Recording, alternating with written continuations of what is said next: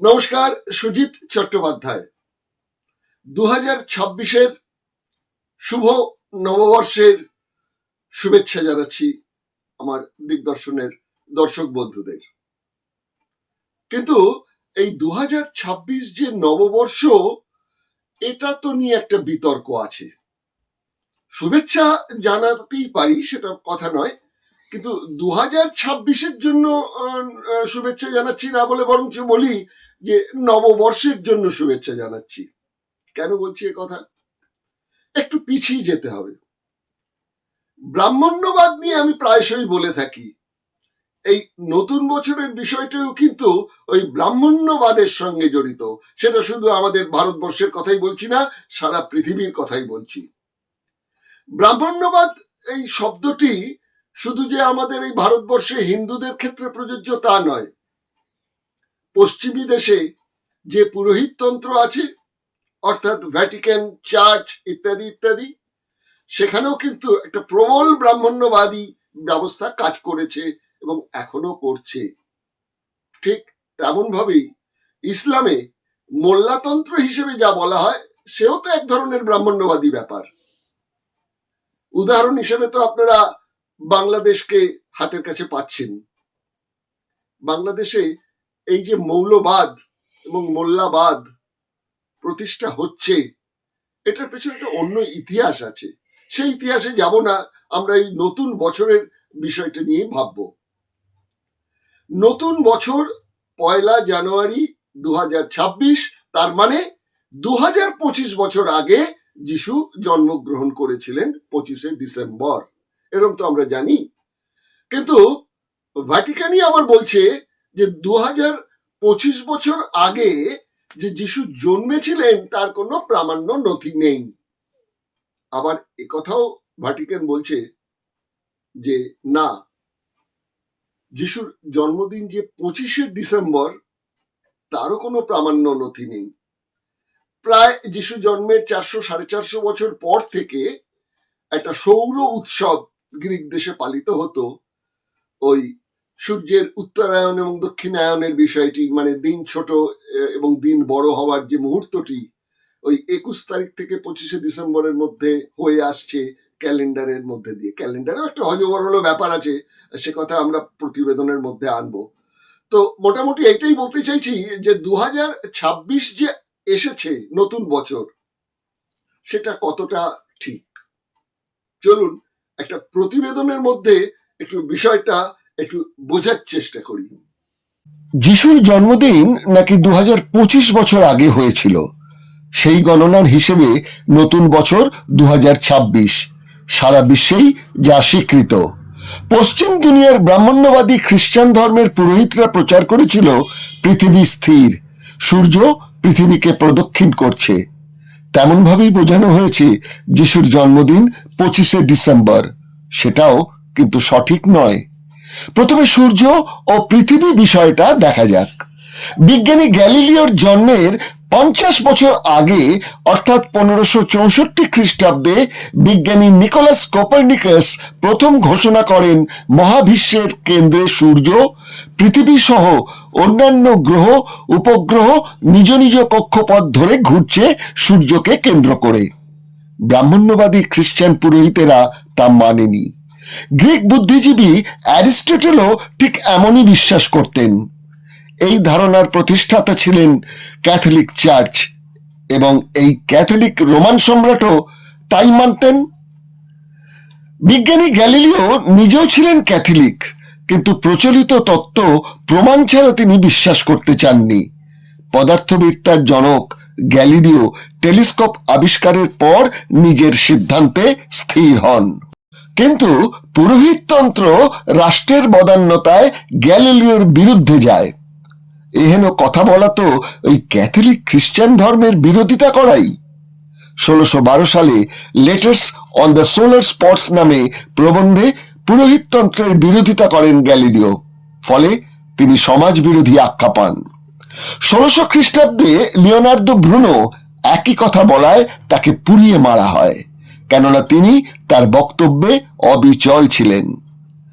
আক্রমণে আহত ব্যথিত গ্যালিলিও এরপর চুপ করে যান। এই সময় পোপ অষ্টম উরবান গ্যালিলিওকে মত প্রকাশের অধিকার দিলেন বটে, কিন্তু বিষয়টি সত্য বলে দাবি করা যাবে না এমন শর্ত জুড়ে দিলেন।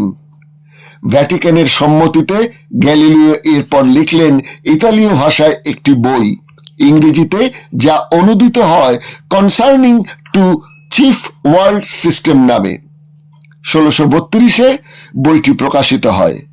পুরোহিততন্ত্রের বিদ্রোহে তৎকালীন পোপ 6 মাসের মধ্যে এই বইটি নিষিদ্ধ ঘোষণা করে দিলেন।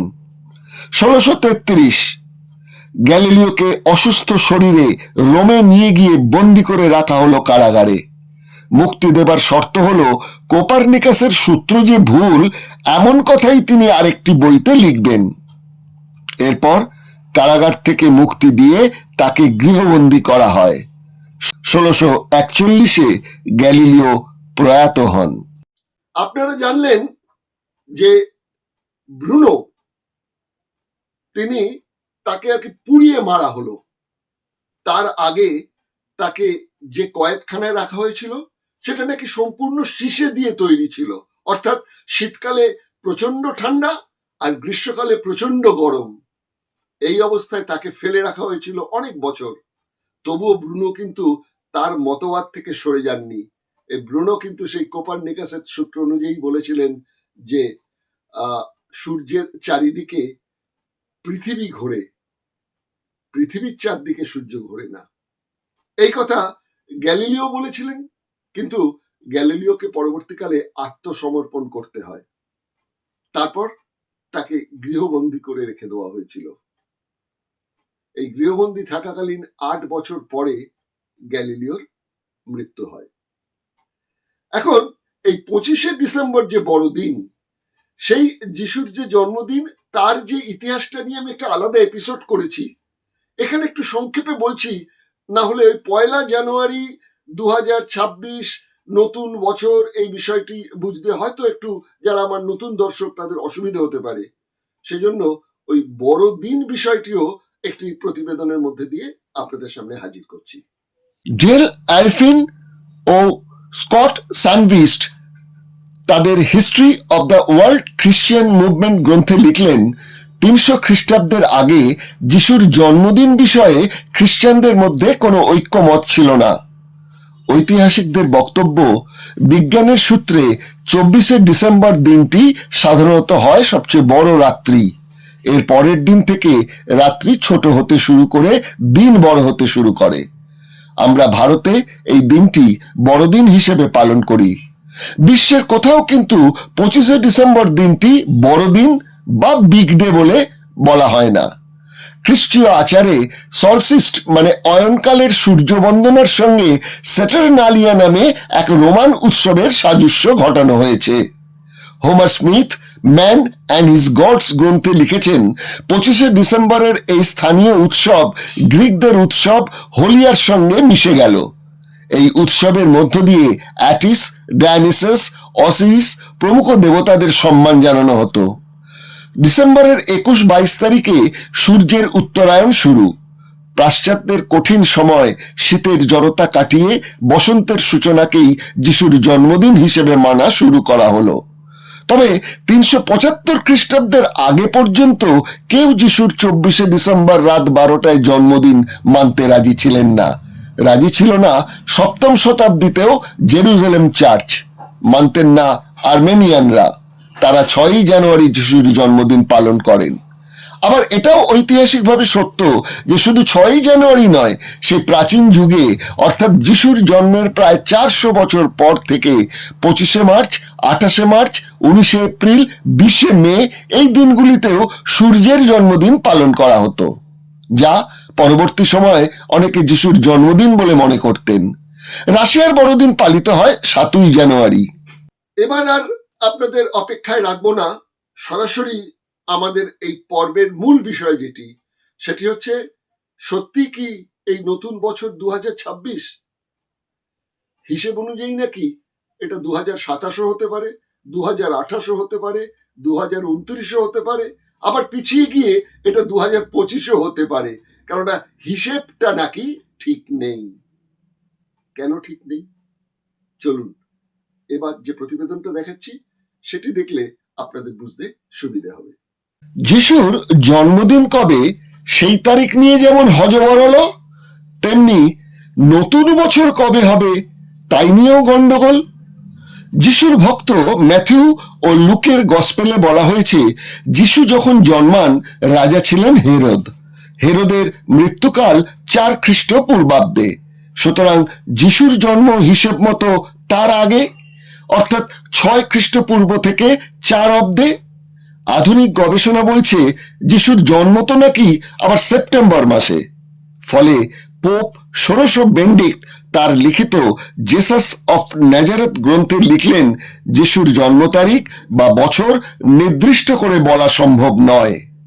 সুতরাং একথা তো বলাই যায় যে নতুন বছর সেটি 2026, 2027, 2028 না বা 2029, কোনটা?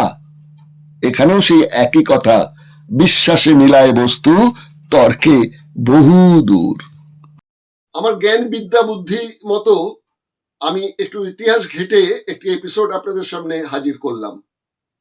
অনুষ্ঠানটি যদি ভালো লাগে তাহলে নিশ্চয়ই লাইক দেবেন, আপনাদের মন্তব্য জানাবেন এবং অপরকে শেয়ার করবেন। আর একটা অনুরোধ আমি বারবার বলি আপনাদের, যে একটু সাবস্ক্রাইব করে নেবেন আমাদের চ্যানেলটিকে।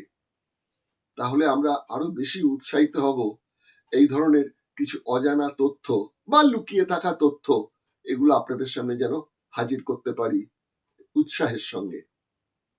যাই হোক, বিদায় নিচ্ছি। সুজিত চট্টোপাধ্যায়, দিগদর্শন, 10-এর পাশে, দেশের সাথে। নমস্কার।